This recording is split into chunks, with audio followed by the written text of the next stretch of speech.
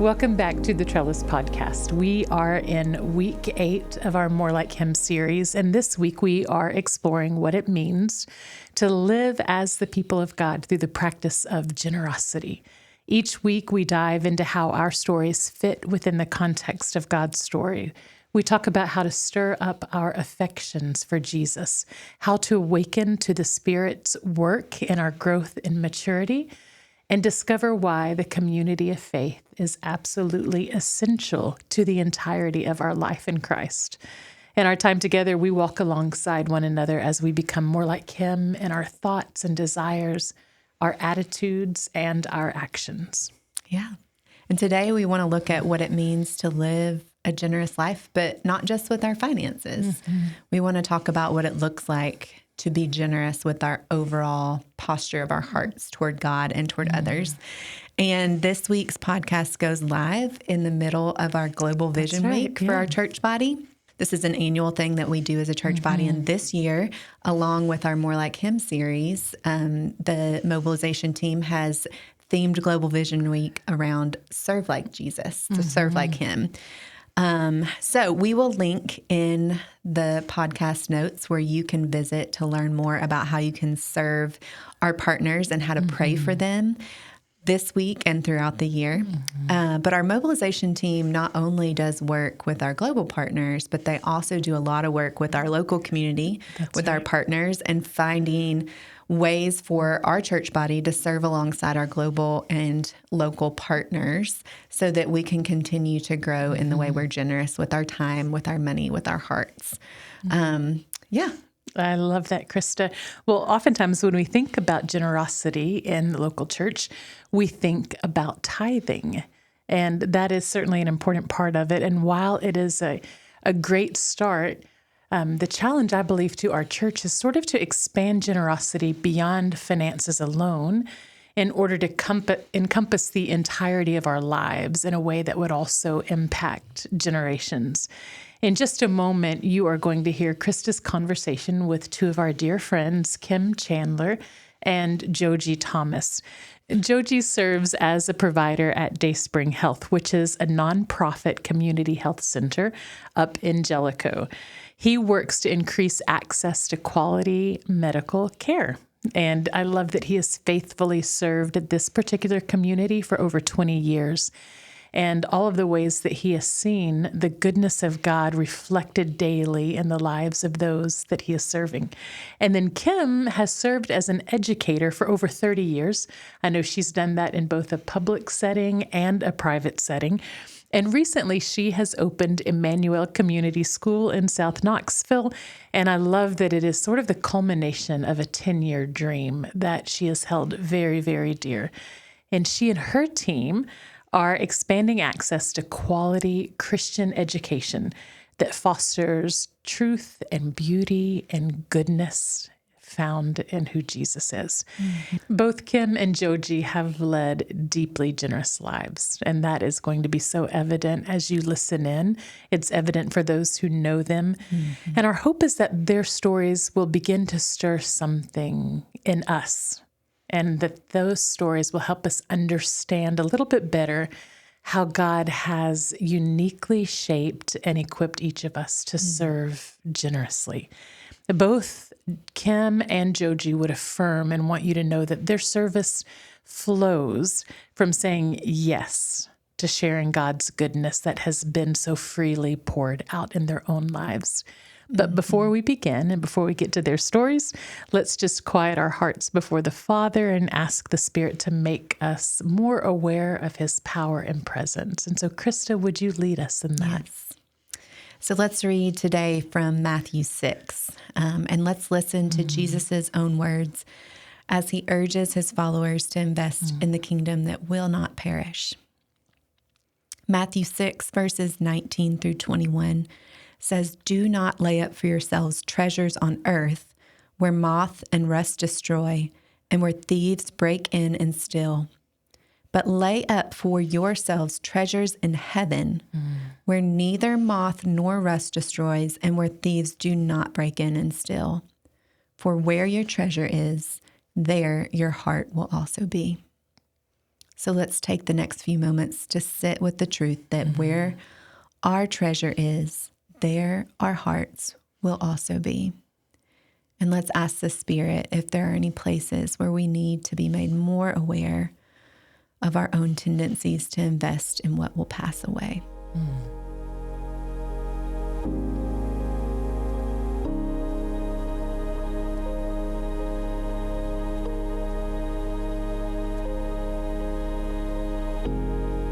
All right. So as I talked to Stacy getting ready for today, she shared little parts of your story a little bit more than I already knew.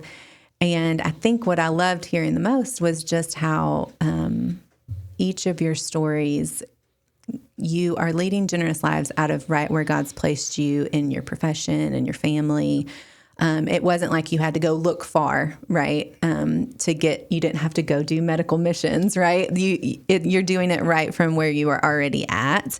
So I really want to start there and think about opportunities in your lives that kind of early moments that you saw the Spirit working and beginning to prompt different ways that you were being called to this generous life. And I'm also wondering if God may have had to shift your mindset around some of that. I know that we all have certain ways that maybe we're more willing to be generous or less willing to be generous. And so if there's any ways that you were like, yeah, I saw the Lord really had to change that in me and kind of reframe the way I thought about what it meant to live a generous life. So, Kim, do you want to start us off here? Yeah, I think I remember the second question answered pretty well, but the first question is how do we kind of end up in birthing the situation? And like you said, it comes from the place of kind of where you're already planted and then small moments of obedience. I don't think that, 5 years ago, 10 years ago, we weren't going, let's go start a school. Yeah. Because I have a husband in ministry, a lot of what we do centers around his conduit and connection to ministry. So we've built a home that's centered around, saying yes to the Lord in lots of different ways. The difference was this time it was something really attached to my area of expertise and skill. And then also just the disconnect I feel like I've seen over a lot of years of teaching between what people need and what some families can access and what some families have absolutely no access to. And that unevenness is just hard for my personality type. I'm kind of Enneagram 8. I'm like, it should all be even. We should have opportunities. Yeah. So that kind of started to rub on that. And I think the Lord allows those thoughts to roll through our mind, right? And he puts us in places where he challenges the norm. Mm-hmm. And so the norm was, I got to put my kids in a great, beautiful little school. It was very, quintessential raising your kids type place. And then, but I also realized that when we got to the point where we're looking at our oldest and some needs that he had and our youngest and some needs that he had, and they were very different educationally. We were looking for where do we steward our children's education where they can actually both have their needs met. And so we ended up in a place I never thought we would. I felt called to public education for a very, very long time and never felt like we'd be outside of that. So when we made a choice to go to a Christian school, it was very different for us. And we were a little scared. We don't know what's going to happen. So that was the piece of the challenge beginning early on, challenging my presuppositions about where we should be. And then, but the tenderness of listening to the Lord is something we've tried to just blend into our family life in a way of surrender that is, ongoing no matter where you are. So that surrender met with tactile realities for us was kind of what brought this forward, because that was about almost 10 years ago now, maybe more than that. And so remind me the second question too, though, because it was important and I had to answer for it. How we're having to shift our mindset around what it means to live a generous life. And maybe you can share a little bit more about how God brought you from that into where you are exactly today. What it's connected to. So that mindset's been helpful. But when we began to look at the idea of starting a school for families who traditionally don't have access to anything other than a public school, that's where the challenge became. The Lord saying to me, I know that you're over 55 and you're supposed to be thinking about retirement, but I need you to trust me about this. So security was the thing I had to lay down. Yeah. And I still worry about it sometimes, but the conversation, the loop keeps coming back to, do you trust me with your life or not? I feel like we're in good shape with knowing what to do. There's all kinds of pieces to put together, but the ideas are there, the understanding of what to do is there. But it's the personal place of saying, yes, Lord, this does not make financial sense, Yeah. but I will trust you with it. So that's probably the thing that he and I continue to work over. And that has an old, I mean, if you talk to me long enough, it has an old history to my own family background Right. of provision. And so, the Lord asks us to lay those things down in lots of ways and says, do you trust me? Yeah. And that's kind of the current place that I walk through daily Yeah. to exercise this reality. So Yeah, that's really beautiful. As we were preparing for this episode, was just thinking through what it means to trust that you have a Father that provides. Because if you can't start there, then there's no way to live a truly, fully generous life, right? Live fully into that calling. And depending on how we were raised and the home that we were brought up in, some of us might feel very secure in that. And understanding what it means to have a father that provides and be a child that doesn't have to worry about, will I have a place to stay? Will I have food to eat? And then others haven't had that same story. So thank you for sharing. That's really beautiful. What about you, Geogy? Wow. So for us, it wasn't a choice to be generous. It was really about an overflow, right? It's an overflow of the heart. It's what we do. And really a response to injustice. So if I can just share where Dayspring is, where rural poor is, right? So Dayspring Health is a Christian health center. We're on the Kentucky-Tennessee border, and we've got 4 different sites. We serve about 10,000 patients, providing primary and dental care. Our patients struggle with a lot of the things that people in the inner city or even suburbia suffer from: chronic illnesses like diabetes, hypertension, heart disease, tobacco, and drug abuse. And remember, we put oxycodone on the map. We put the opioid epidemic on the map. So we have a lot of that. We have a lot of dental decay. We have mental health issues. We have staggering abuses of all kinds. But the truth is that's what a lot of communities, inner city, even suburbia, struggle with. The difference, though, is access, and that's exactly what Kim was getting at, is it's access for those who are poor, those who are marginalized. Our hospital closed down in 2021, and that's had devastating effects for access for our patients. So patients have to travel an hour to get their testing, an hour, to get their CT, to get their MRI, to get their x-rays. It's an hour to specialists. So rheumatology, neurology, all that, it's an hour away. But here's the other major issue. It's staggering poverty. I'm talking real poverty. In 2022, the U.S. Census Bureau said the poverty rate in the U.S. is 11%. That's nationally, right? The poverty rate in Kentucky, in my community, is 27%. So 11% nationally, but in my community, it's 27%. So think about that a little. We're talking 1 in 4 people in our county lives below the poverty level. And if you're like me, you're like, okay, what constitutes a poverty level, right? So to put that into perspective, is basically a family of 4 making less than $32,000 a year. A family of 4. Some of us own cars worth twice that, right? So a family of 4, just a single person could be making about $15,000. And so if you can imagine a quarter of your county living in that type of desperate poverty, that's significant. So there's a Jewish proverb that actually haunts me. And this proverb says this: the quality of your faith will be judged by the quality of justice in the land, and the quality of justice in the land will be judged by how the weakest and the most vulnerable groups in society, the widows, the orphans, and strangers, fared while you were alive. What a haunting proverb, right? And so because of that, because the access is so critical, so hard for our community, our practice started praying about how we could stand in the gap for those patients. And it was in 2022, a space became available. It used to be the old Walmart before the Walmart moved to a different part of the town. It was 60,000 square feet of open space and opportunity. And I remember coming home after touring the space and playing, and I started playing architectural Tetris to see how we can fit all the things that my patients needed into that 60,000 square foot space. The goal was to build a comprehensive medical dental center that seamlessly integrates the needs of our patients, bring specialists and services to our patients' medical home, basically a medical mall. And that's what we birthed as a medical mall.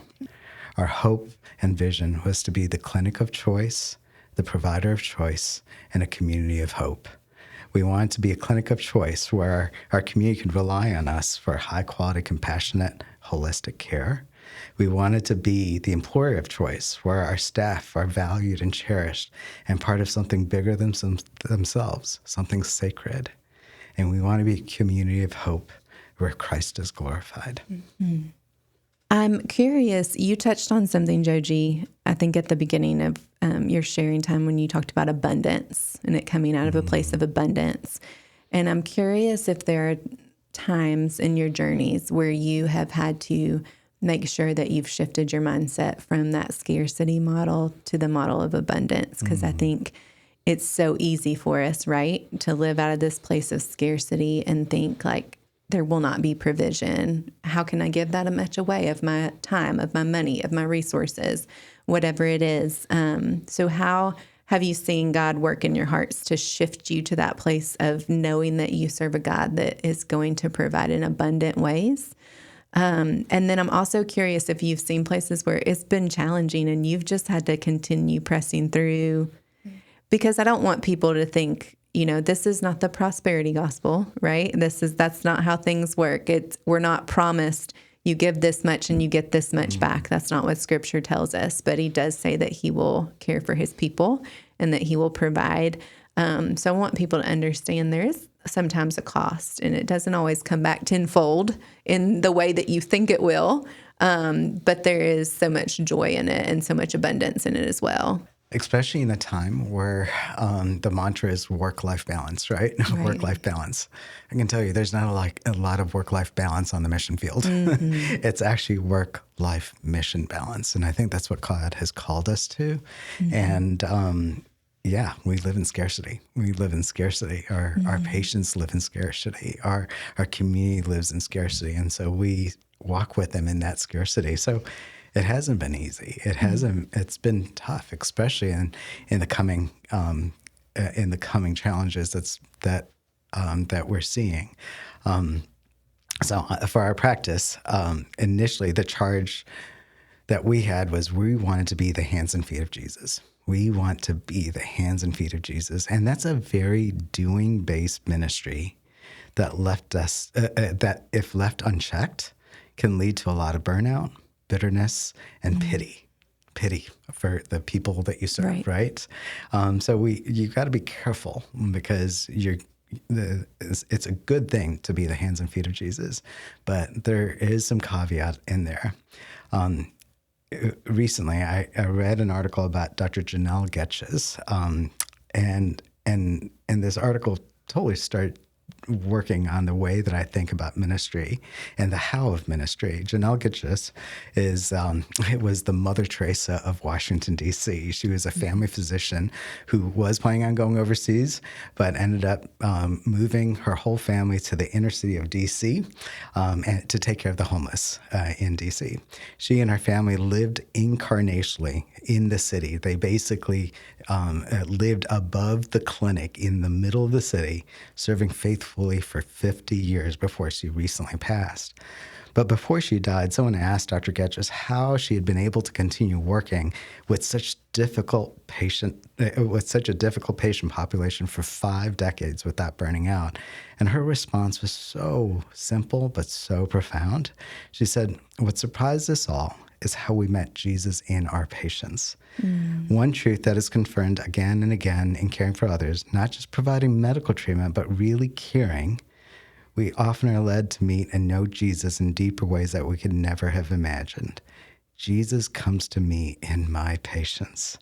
Jesus comes to me in my patients. And I said, wow, what if I could just start seeing Jesus in my patients? What if whenever I walked into those patient rooms, I could see Jesus?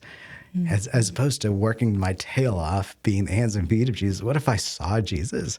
And so for me, that's been a pretty big turning point for me to go into the room and look at those frail mamas and papas that I take care of and just love on them as Jesus would. To take that single mom who has 3 wild kids who are running and bouncing around the room and to see Jesus holding and embracing them and playing with the kids, right?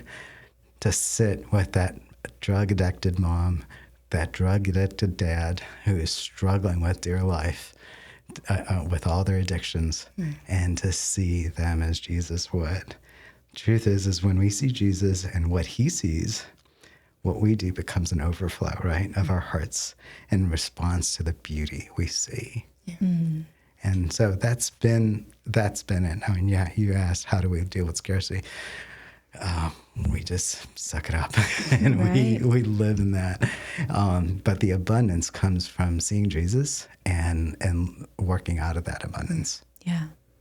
Oh, that's really beautiful. Thank you. Kim, have you seen that in your I think that to piggyback off that a bit, the 3 words that come to my mind and that idea of how do we balance those pieces out, the 3 words that come to my mind are just, well, one is we think about conserving, and then there's the second question of stewardship of life energy, and life, how much energy you have to do things in life.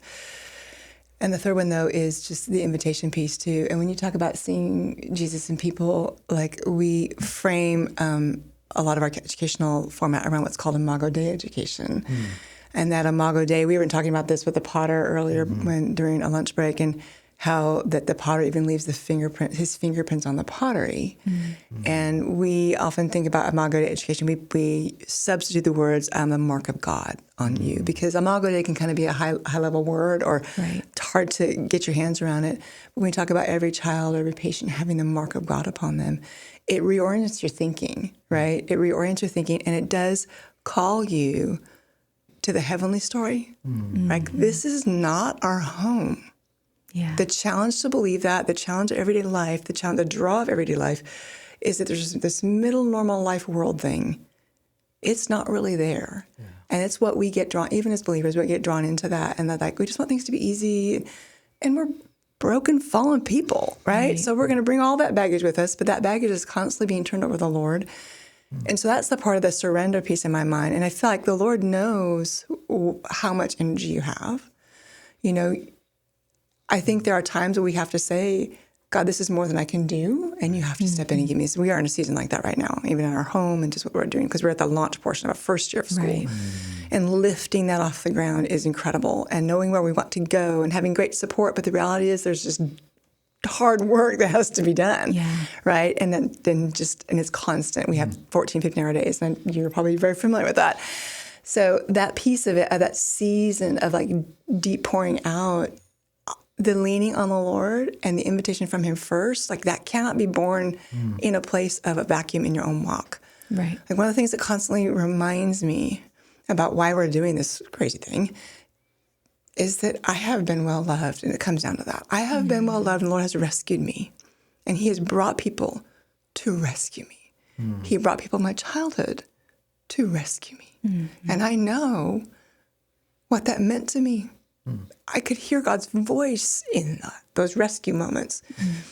And to be able to stand with families who, you know, we have a couple different focus points for our families. And we talk about families that don't ordinarily have access to exceptional education. Well, we've learned it comes in 2 forms. It comes in the financial piece, where many families don't have the ability to get a different choice because they don't have the finances for it. But there's also the reality of what I worked with over the past 10, 15 years is families who have academic needs that even many Christian schools don't always have the ability to help with. And I have seen families that have had to make different choices, not the ones they wanted to make because they didn't have the academic opportunities that they're looking for. So it's really interesting. And even as we're getting ready to like create our formulation of, well, who are we for? You know, and it's like I knew we were for the under-resourced, the underserved. But then I felt like the Lord had his thumb on my chest. You know how he does that to you sometimes? You just get your thumb. And I'm like, God, we can't say no to families who've been said no to already.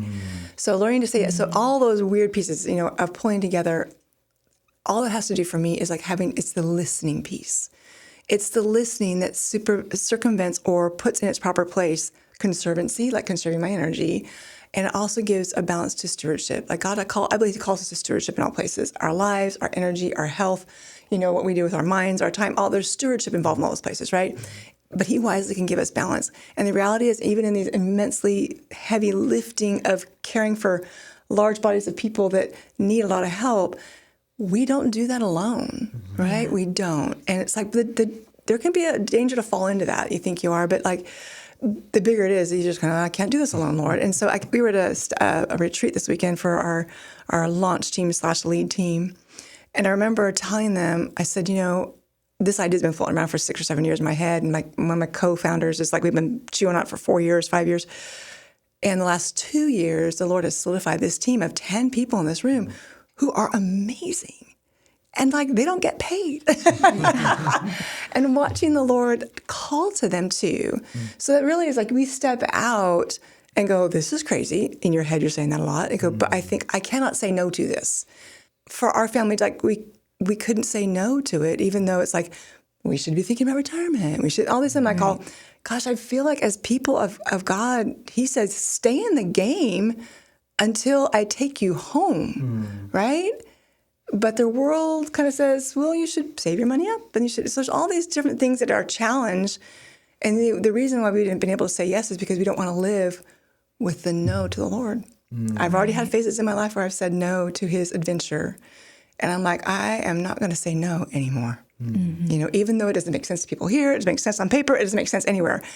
But one of the things that Eric and I worked really hard on is making sure that our answers are not based out of fear, but they're based out of a yes. Yes, Lord, what do you want us to do? And we trust you to help us conserve the right amount of energy, to steward well and all those pieces. So, yeah. Do you touched on this a little bit, but I'm wondering if either of you have found ways that the Lord helps you kind of see where that line, I don't even know the best way to say it, but that line between knowing like I am extending myself because it's what he called me to do versus I'm overextending myself and leaning on my own strength and my own energy, which obviously leads to burnout. I think you touched on that too, Geogy. So are there ways that you've learned to kind of find warning signs to where you might be falling back on that? So I think it sounds silly, but for me, this is where my age works for me because it's just been a lot of years to kind of know what my tells are with like, there's too much going on right now. And I will fall apart or I will get exhausted to where I'm not able to move forward in that way. And so being careful of that, I have a really good husband who reminds me that I'm doing too much sometimes. And I do trust his voice. I know he knows me and then I know he can hear the Lord about things too. And he's just jumped in with this crazy thing. It takes a lot of time right now. Right. But also, I do not anymore I don't feel like there's a guilt when I have to stop something. Like I think when I was younger, I was like, I feel bad, I have to stop that. But I just have learned enough about my own limits physically and just the exhaustion and how that can cause drain emotionally and then take you out longer than you want to be taken out, like longer you actually need a break for. Yeah. So being aware of that humanity piece is just, it's also a recognition that the Lord will provide, right? That he'll provide. I am not called to do everything here. It's a work that has to outlast me. Therefore, it's a work that has to be built for me to be able to step away when I need to. So that's been helpful in those ways, and just realizing that I'm not that important. Yeah, he's going to build it whether I'm there or not. But he's invited me into it. So. It's his ministry, and we're invited. I like that. For me, it's been having to learn that through people, through family, reminding me what my role is in the ministry, and again, not allowing pride to feel like this is my kingdom. No, it's the Lord's kingdom. He invites us to build, right? I can tell you of late the the book that's been really powerful for me is The Ruthless Elimination of Hurry by John Mark Comer. And so much to communicate, just slowing down and just being in the Word and celebrating Sabbath and remembering that He is God and you're not, right? It's in that stillness that God speaks. So constantly being aware of those things that the Lord has given us. I mean, yes, I feel that the safety of getting older. I like that, and it really does. As we get older, you're like, okay, there are things we can't do like we used to, but again, there's so many things that the Lord has given us to remind us over and over again. It's okay. Rest is good. Yeah. He rested. He went away. He went and he himself quieted himself, and so. There's a quote I love. It's called, and the first time I heard it, I cried because it was probably one of my shifts. It was about 10 years ago. So I was listening to one gentleman who was speaking about just Sabbath, not cuss, and all that, they surrounded that. And he said, rest is a weapon. Yeah.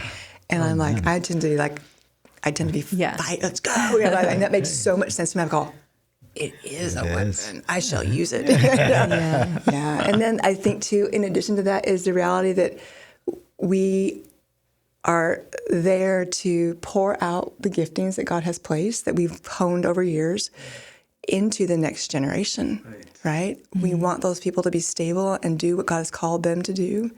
You know, when you're leading, you lead to grow. You lead to grow, and you lead to step away eventually. And it's like, I'm not doing that anytime soon, but that is the goal. So if we build that into what we're building, then the people behind us understand that they're a piece of the story too, a beautiful piece, and they have their part to play. But nothing of all needs to rest on any one person. It's just not. It's not wisdom, honestly.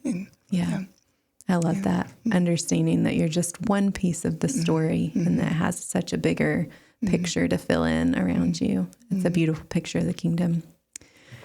Okay, I'm curious about ways that you would encourage people if they're like, man, I want to live more deeply into this life of generosity, and I just don't even know where to get started. So I'm wondering if y'all have any practical ways that you would encourage people to jump in or explore how to look around you at what God has given you and figure out how to be generous in those areas, whether it's your occupation or finances you've been entrusted with or some additional time that you have found on your plate. So what would you tell people if they were trying to take their kind of first step or next big step? My encouragement is put your phone down, put your phone away, because frankly, I feel like the phone has introduced to us a new level of Joneses. We pick our Joneses. And when you're on the phone, you're picking your Joneses and you're trying to keep up with that person's lifestyle, that person's car, that person's boat, that person's vacation. And that's what we're keeping up with. And so if we can put our phone down and put our Joneses, my Joneses are the poor people of Appalachia. My Joneses are those who are suffering and who are living in poverty. And so my encouragement is just simply put your phone down. Yeah, And look up. And look up and see and enter into the suffering of the people. And if you're able to write checks, that's great. Thank you so much. But do more than that because I think the Lord did a little bit more for us, right? He entered into the world, entered into our suffering, and he took that on himself. So probably one of the strongest point that I would say is put your phone down. We started the podcast off talking about the thief, right? I am confident that our phones are thieving away at our joy, at our hope, of our sense of dignity. It's interesting. I've heard a lot recently about toxic empathy and how empathy can be toxic. And I'm like, wow, I think the Lord just grieves as we put religiosity to certain things. But my encouragement is look up, put the phone down, look up, and look into the suffering of our humanity. I love that. I think that's such a simple task, but the busyness, whether it's our phone or just simply like our busy schedule or both, just that rush to get to the next thing on our schedule, the rush to get our kids where they're supposed to be, the rush to disassociate with what's going on, look at our phone for a little bit, keeps us from seeing sometimes the people that are right in front of us, the need that's right in front of us. What would you say, Kim? One of the major things to me is always I don't believe any of your call or your movement forward in any of these areas can be done in anything other than response to the Lord's love for you. 100%. Because then it's that love that overcomes the fear. That love that overcomes, I want to conserve my energy. The love that overcomes, that's not logical, because it's a decision that's made out of love. It's a response to Him. And I think my first step would be fall in love with Jesus. Yeah. Fall in love with Him, because everything gets real clear after that, right? And it gets easier for us to prioritize the people around us because we realize those are His people. And we're living IRL in the real world, right? In real life, right? IRL. I learn these things from my kids. And the other thing is I also feel like that allows us to reorient to what our priorities are. And priorities, we worship with time, we worship with money, and we worship, in those ways. And with our time, it becomes easier to prioritize what you want to do, Lord, when you have that deep, rich walk with Him. And that it comes simply by spending time with Him, right? But it also comes with walking through like the things we can't understand with Him, right? Resolving the unfair questions and all that kind of stuff, and like really learning that at the end of the day, it's the love from Him that moves us forward. It's love from Him that heals us. It's love from Him that rewrites our stories and our history and our projected future and our identity, right? And then with that love, then for me is the challenge to not live in the middle world. Like we are from a heavenly place. So the dissonance of the world that feels yucky is because we were not built for death. We were not built for loss. We were not built. Growth was what we were built for. We're built to move those ways. And so that orientation of love creates me an orientation about the world. And that orientation, and obviously this didn't come overnight. It's a long period of time. But also it changes the way I teach my own children to orient themselves around the world, towards the world. Like I had this really weird comment, and it rests odd on certain people, but I'm like, I stopped seeking happiness for my children about 7-8 years ago because I realized it was a carrot you couldn't catch. But our world says your kids need to be happy. No, we have happy birthday parties. We have happy moments. But what I've tried to help my children see is that you are made for joy and you are made for purpose with the Lord. And those things are deeper wells to draw from than your happy moment ever will be. And so it got easier for me to be, not in a bad way, but a tougher mom about happiness. It's like, I'm not responsible for that for you. I'm responsible to love you, care for you, and teach you what the joy of the Lord is, and teach you what His purposes are. And like, we have the same issues that every other teenage parent has around here. It's like, we're not special in that way, but our orientation is moving towards, and even the challenge constantly for me, Lord says to me, this is not your home. It's one of my favorite verses that in the liturgy that we done at the church. And I am on my way home. Like I say that every time, and I cry about it because it's like I have people who are already gone, and I'm like, we are not made for this broken separation. So all that to say, we bring it back around. All that to say, that orientation place, to me, the most practical thing you can do is learn to love your Lord, and learn how much He loves you. Yeah. We talk about He's laid down His life. That's all true. But like those simple ways, like how has He loved you and grown you? And if you're not aware of that, find those places where you can grow that with Him. Surrender to Him in that journey. Because then it gets so much easier to go, I need to do this. And you're not trying to protect what you have because you're part of a different story. Does that make sense? Absolutely. Yeah. And then beyond that other pragmatic thing, and I feel like this is kind of a call to a specific part of your audience, but I feel like there's a lot of women my age who believe they're done or have nothing to offer, even older men. And the truth is, you are in the prime of your wisdom. So jump in, find the place, enjoy the retirement days, but find somewhere to pour out what God has placed in you. Yeah. The people need it. your children need it. The people around you need it. There's all kinds of places for you to volunteer. Right. So we might challenge almost in a different way that you're not done until it's time to go home. Yeah. Yeah. So I heard look up, right? Look up from the busyness, from our phones, from our busy schedules. And I heard know who you are. Know your identity, right? And know your Father. And then I'll add to that something Kim's husband, Eric, shared with us a couple of weeks ago, which was just ask the Spirit questions, right? So if we're looking up, if we know who we are, and if we're willing to ask questions and seek where He's inviting us in, then we're not going to miss it, right? Yeah. We're not going to miss it.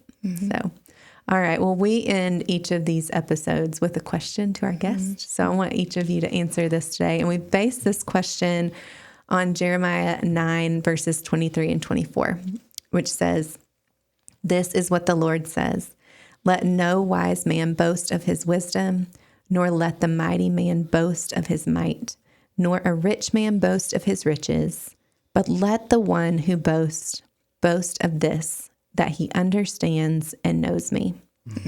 So, Geogy, I'll start with you.